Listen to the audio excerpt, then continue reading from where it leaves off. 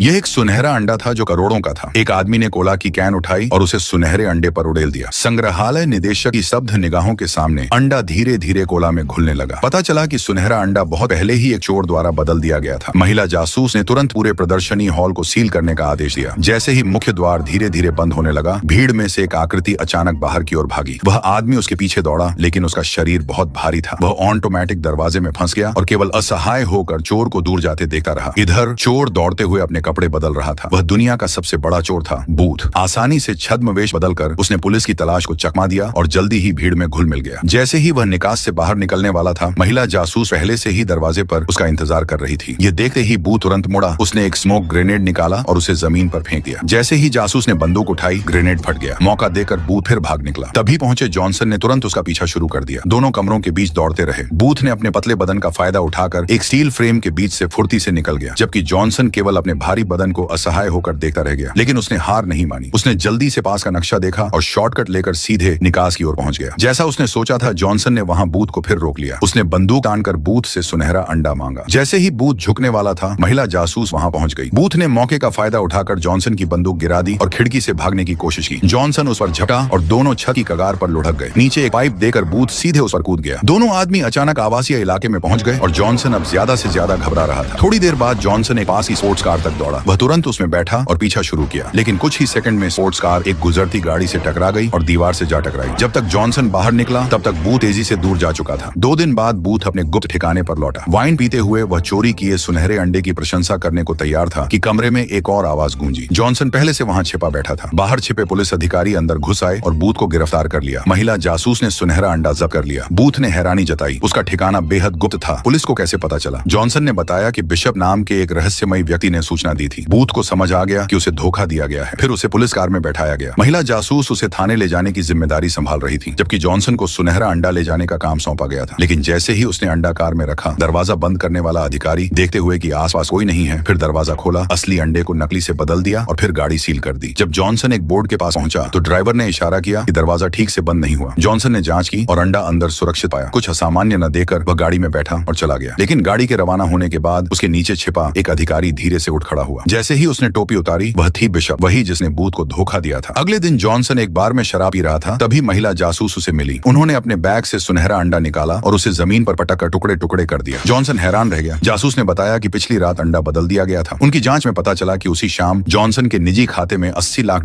Transfer हुए थे। सबूत उसके सामने थे। जॉनसन कुछ बोल नहीं सका। उसे पुलिस ने गिरफ्तार कर लिया। भागने की किसी भी कोशिश को रोकने के लिए उसे एक विशेष जेल में भेजा गया, जो बर्फीले जंगल में स्थित थी, जहां केवल हवाई मार्ग से पहुंचा जा सकता था।